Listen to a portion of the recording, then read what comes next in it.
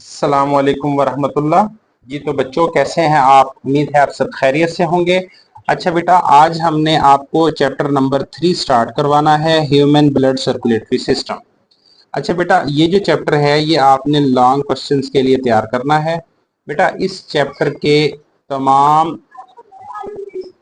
Complete lectures आपको इसी हमारे चैनल पे अवेलेबल होंगे। आपने बेटा इन सारे लेक्चर्स को, इस पूरे चैप्टर के लेक्चर्स को ध्यान से देख लेना है ताकि आपको ये जो तीसरा चैप्टर है ये अच्छे से तैयार हो जाए एग्जाम के लिए। तो चलें बेटा, चलते हैं पढ़ाई की तरफ वक्त ज़ाया किए बगैर। अच्छा बेटा, आपने ना नंबर एक तो ये एक शॉर्ट क्वेश्चन मुझे नजर आ रहा है, ये आपने कर लेना है बेटा। शॉर्ट क्वेश्चन क्या है बेटा जी? The transport system consist of two key parts. ये जो ट्रांसपोर्ट सिस्टम है इसके दो बड़े अहम हिस्से हैं। कौन कौन से बेटा? ब्लड सर्कुलेटरी सिस्टम और द लिम्फेटिक सिस्टम। बेटा ये पेपर में शॉर्ट क्वेश्चन आएगा कि ट्रांसपोर्ट सिस्टम के मेजर पार्ट्स कितने हैं, तो आपने बता देना है दो है, ब्लड सर्कुलेटरी सिस्टम और लिम्फेटिक सिस्टम। अच्छा बेटा, अब जो फर्स्ट लॉन्ग क्वेश्चन हम डिस्कस करने लगे हैं वो है ब्लड एंड इट्स कंपोनेंट्स। चलें जी, पहले ये समझ लें फिर हम आपको रीडिंग करवाते हैं।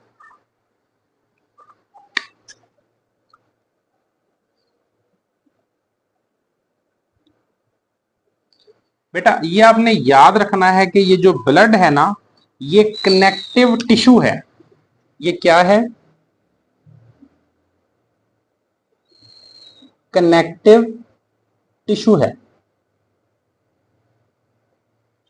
अच्छा बेटा, ब्लड का फंक्शन क्या होता है, ब्लड का काम क्या होता है?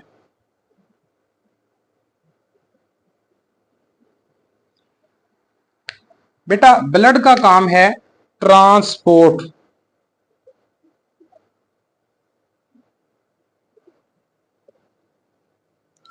बेटा ब्लड ट्रांसपोर्ट किस किस चीज की करेगा? बेटा जी ब्लड जो है वो यूजफुल और वेस्टफुल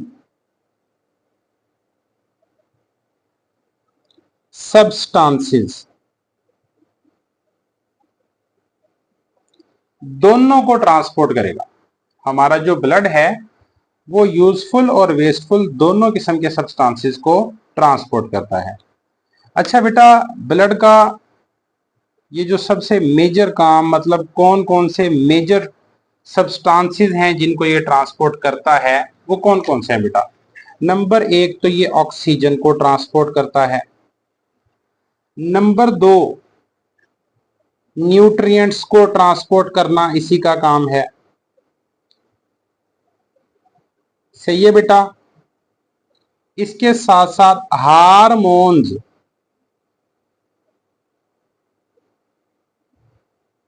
इनको ट्रांसपोर्ट करना भी हमारे ब्लड का काम ही होता है। अच्छा बेटा, ये जो ऑक्सीजन है ये ऑक्सीजन लंग्स से, फेफड़ों से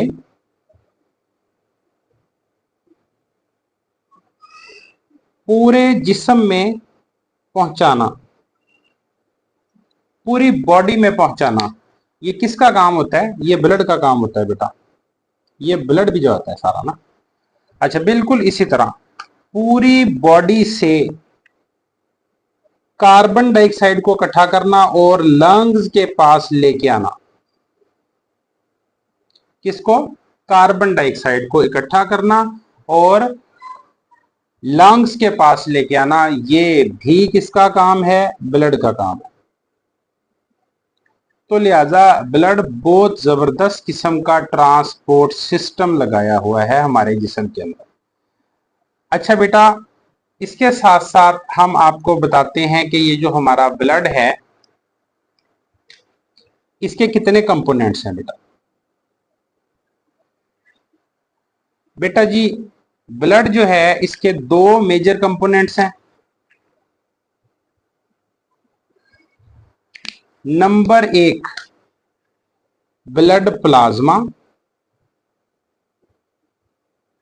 और नंबर 2 ब्लड सेल्स।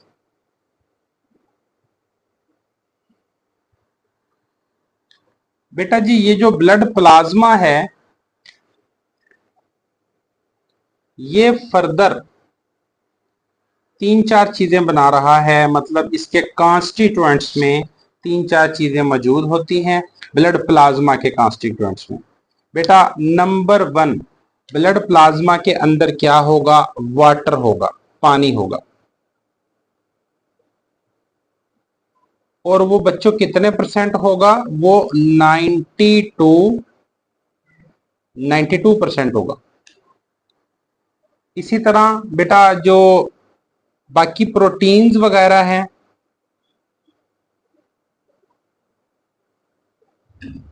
वो कितने परसेंट होंगी बेटा?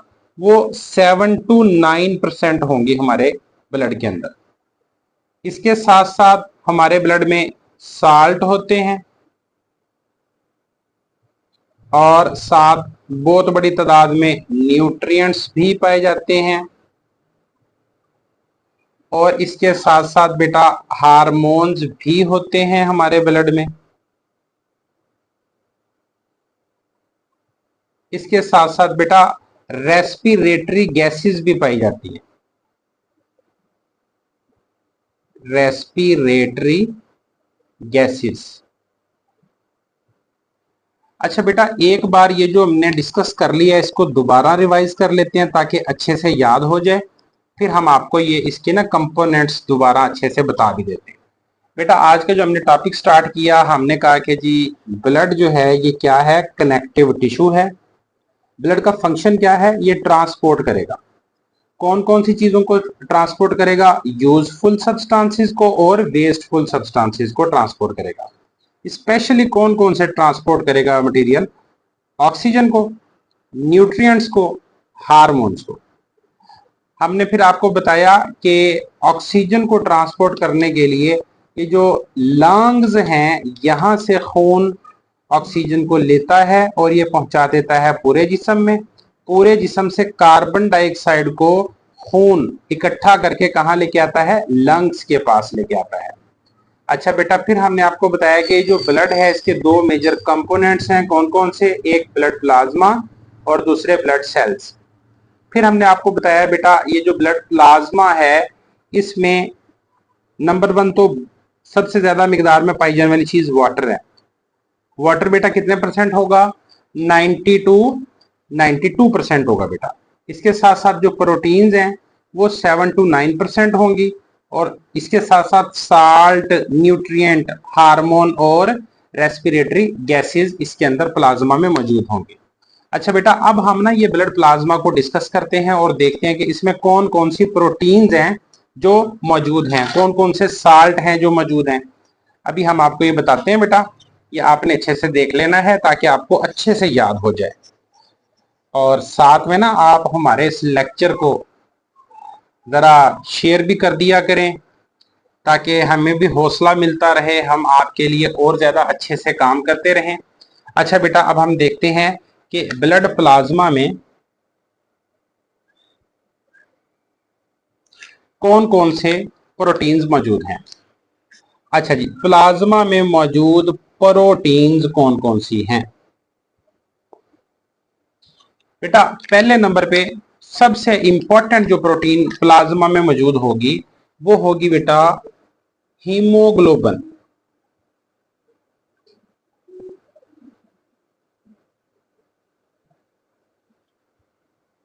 अच्छा जी इसके बाद जो दूसरी बहुत इंपॉर्टेंट प्रोटीन मौजूद होगी वो कौन सी होगी? वो होगी फिब्रेनोजेन।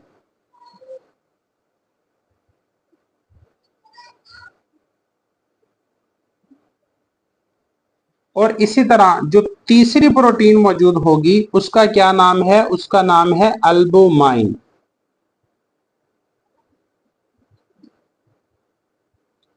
ये 3 वो प्रोटीन्स हैं बेटा जो ब्लड प्लाज्मा में मौजूद होती हैं और ये बहुत ज्यादा इंपॉर्टेंट हैं। ये क्या क्या काम करती हैं? हीमोग्लोबिन ऑक्सीजन को कैरी करती है और इसी तरह फिब्रिनोजेन ब्लड क्लॉटिंग में बड़ा अहम किरदार अदा करती है।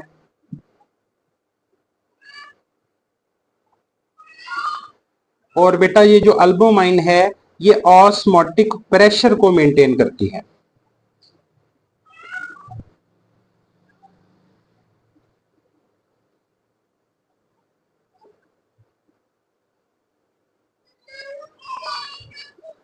हाँ जी, समझ आ गई है।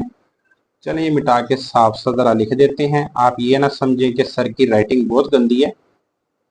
मेंटेन करती हैं जी, ऑस्मोटिक प्रेशर को क्या करती हैं, मेंटेन कर देती है।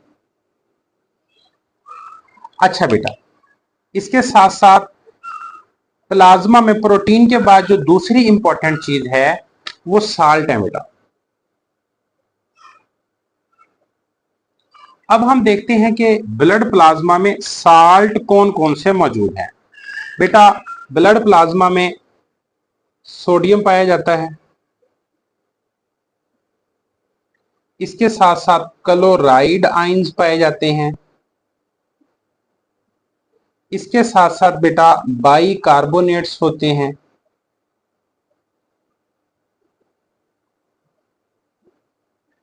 और इसके साथ साथ बेटा ट्रेस अमाउंट में थोड़ी सी मिकदार में कैल्शियम भी पाया जाता है, मैग्नीशियम,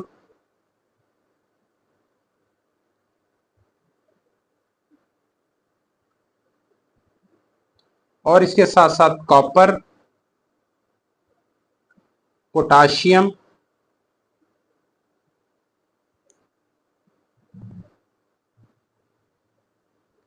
एंड जिंक, Zn।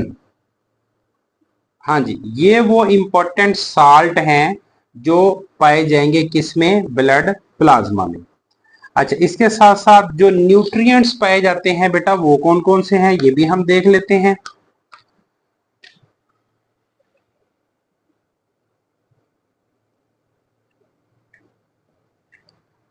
बेटा जी ब्लड प्लाज्मा में मौजूद न्यूट्रिएंट्स ग्लूकोज है,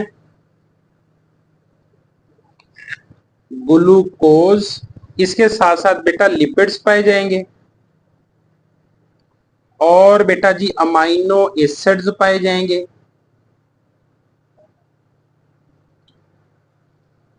और बेटा बाकी भी काफी सारे वेस्ट प्रोडक्ट भी होते हैं और हार्मोन्स भी पाए जाते हैं ब्लड प्लाज्मा में।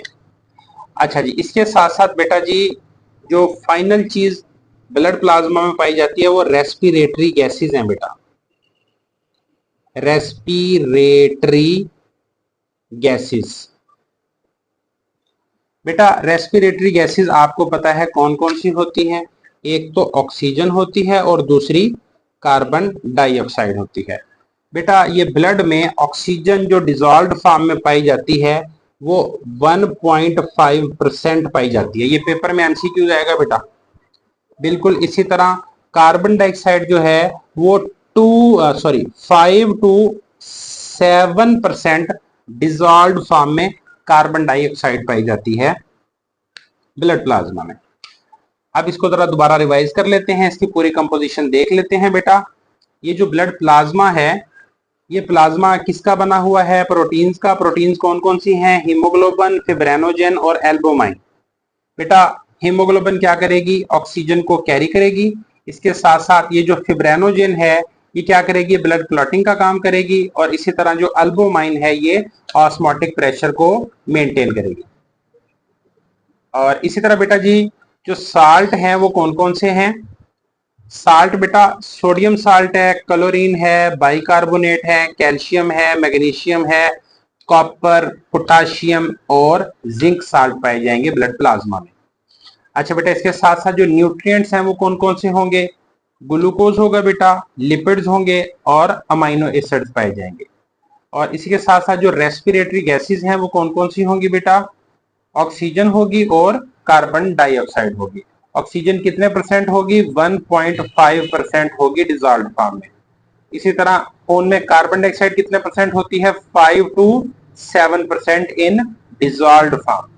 अब बेटा ये पूरा टॉपिक मैं आपको किताब से रीडिंग करवा देता हूं ताकि आपको अच्छे से मजीद इसकी समझ आ जाए। चलें जी, किताब उठा लें बेटा, अब हम रीडिंग करते हैं। ये जरा जूम कर लें ताकि आपको अच्छे से नजर आ जाए। हाँ जी, देखिएगा बेटा, ब्लड एंड इट्स कंपोनेंट्स लिखा हुआ है ना जी। Blood is a type of connective tissue. Blood क्या होता है? एक कनेक्टिव टिश्यू होता है। Its main function is to transport material through the body. इसका सबसे अहम काम मटेरियल को ट्रांसपोर्ट करना है। It carries important material to where they are needed. ये इंपॉर्टेंट मटेरियल्स को वहां पहुंचाएगा जहां उनकी जरूरत होगी। It transport oxygen from lungs to all body parts. ये फेफड़ों से पूरे जिस्म के हिस्सों तक ऑक्सीजन को कैरी करता है। And carry carbon dioxide back to lungs, और दोबारा पूरे जिस्म से इकट्ठी करके कार्बन डाइऑक्साइड को फेफड़ों तक पहुंचा देता है ताकि इसको बाहर निकाला जा सके। Blood also deliver nutrient from the digestive system to the cell, hormone from gland to the targeted organ, और इसी तरह जो वेस्ट प्रोडक्ट हैं from cell to the kidney for excretion. About 55% of blood is composed of fluid portion called the plasma. ये paper में बेटा MCQs आएगा कि ये जो ब्लड है इसमें प्लाज्मा कितने परसेंट है। ये एमसीक्यूज है बेटा, निशान लगा लीजिएगा आप लोग के। while 45% of blood is made up of cells. Cells कितने परसेंट है? 45%। ये भी बेटा एमसीक्यूज है। The adult human has about 5 litre blood in the body. ये भी पेपर में आने वाला एमसीक्यूज है बेटा कि एक अडल्ट ह्यूमन के जिस्म में कितने लीटर ब्लड होता है? 5 लीटर्स पाया जाता है। अच्छा बेटा, ये जो आपको चार्ट नजर आ रहा है ये भी आपने अच्छे से करना है कि ये जो प्लाज्मा है 55%, इसमें वाटर कितने परसेंट है? 91%। प्रोटीन्स 8% है, अदर 1% है। अच्छा जी, सेल और सेल लाइक बॉडीज 45% हैं, और इसमें white blood cells and platelets कितने परसेंट हैं? 0.9% है, और रेड ब्लड सेल कितने हैं? 99.1% है। अब अगर हम ब्लड प्लाज्मा की कंपोजिशन देख लें तो ये लिखा हुआ है कि it is the liquid portion of the blood. Plasma is compose 90 to 92% of water. ये मैंने आपको बताया था, बड़ा इंपॉर्टेंट एमसीक्यूज है बेटा ये। 7 to 9% of protein and 1% of other substances. अब हम प्रोटीन्स की बात करते हैं कि प्रोटीन्स कौन कौन से और उनके काम क्या क्या हैं। जैसा कि अभी मैंने आपको लिख के भी बता दिया था बेटा ये वाला कि ये 3 किस्म की प्रोटीन है, हीमोग्लोबिन, फिब्रिनोजन और एल्बुमिन। हीमोग्लोबिन क्या करेगी? ऑक्सीजन कैरी करेगी। फिब्रिनोजन क्या करेगी? ब्लड क्लॉटिंग करवाएगी। एल्बुमिन क्या करेगी? ऑस्मोटिक प्रेशर को मेंटेन करेगी। अब यही आपकी किताब में लिखा हुआ है, ध्यान से सुनिएगा बेटा। Antibodies are important plasma protein. Antibodies defence the body against the pathogen. अच्छा बेटा, ये चौथी प्रोटीन है ना, वो एंटीबॉडीज है। सॉरी फॉर दैट, मैंने आपको ये लिखवाया नहीं। आपने ये याद रखना है कि एंटीबॉडीज जो हमारा इम्यून सिस्टम बना रही होती हैं, ये भी बड़ी इंपॉर्टेंट प्रोटीन है जो हमारे ब्लड प्लाज्मा में होगी। अच्छा, आगे लिखा हुआ है कि fibrinogen is also a plasma protein. It is responsible for blood clotting. और एल्बुमिन क्या करती है? Albumin is a plasma protein which maintain the osmotic pressure of the blood. यहाँ इन्होंने हीमोग्लोबिन लिखा ही नहीं हुआ, हालांकि हीमोग्लोबिन भी पाई जाती है, लेकिन वो जो हीमोग्लोबिन है ना बेटा, ये पाई जाएगी रेड ब्लड सेल्स के अंदर। यहाँ ये लिखा हुआ आगे, ये आपको नजर आ रहा होगा। हाँ जी, ये देखें, ये हीमोग्लोबिन जो है ये कहाँ पाई जाएगी? ये रेड ब्लड सेल्स में पाई जाएगी। ये आपने याद रखना है बेटा। अच्छा जी, इसके साथ साथ हम नेक्स्ट जो बात करने लगे हैं वो साल्ट्स की बात करने लगे हैं। साल्ट कौन कौन से पाए जाएंगे? The important plasma salt are made of sodium chloride and bicarbonate ions. In addition, there are little amount of calcium, magnesium, copper, potassium and zinc. अच्छा, न्यूट्रिएंट्स कौन कौन से होंगे? Nutrients, waste and hormone. Plasma contain nutrients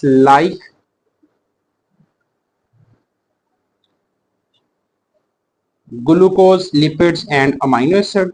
These nutrients enter into the blood from the digestive system. The waste product produced by the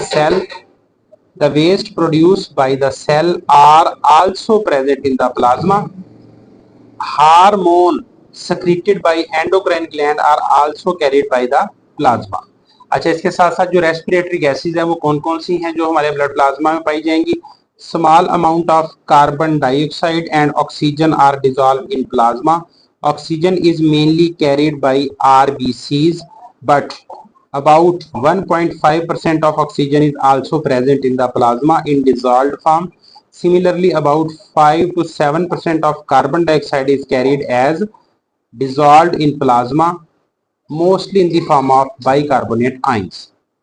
बेटा ये दोनों भी MCQs थे जो मैंने आपको पहले भी बता दिए हैं. होपफुली आपको बेटा आज के टॉपिक की समझ आ गई है. मजीद इंफॉर्मेटिव वीडियोस के लिए हमारे इस चैनल को ज़रूर सब्सक्राइब कर लें ताकि आपके लिए इम्पोर्टेंट वीडियोस आप तक पहुंच सकें बेटा.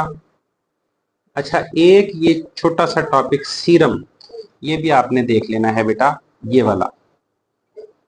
If fibrinogen is remove from the blood plasma, अगर बेटा ब्लड प्लाज्मा के अंदर से फिब्रिनोजेन प्रोटीन को निकाल दिया जाए, the rest is called serum. तो बकिया जो लिक्विड बचता है उसको क्या कहेंगे? सीरम कहेंगे.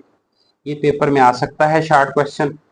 इसके साथ ही बेटा आज का हमारा टॉपिक कंप्लीट हो गया है. कल से इंशाल्लाह आपको हम ब्लड सेल्स शुरू करवाएंगे.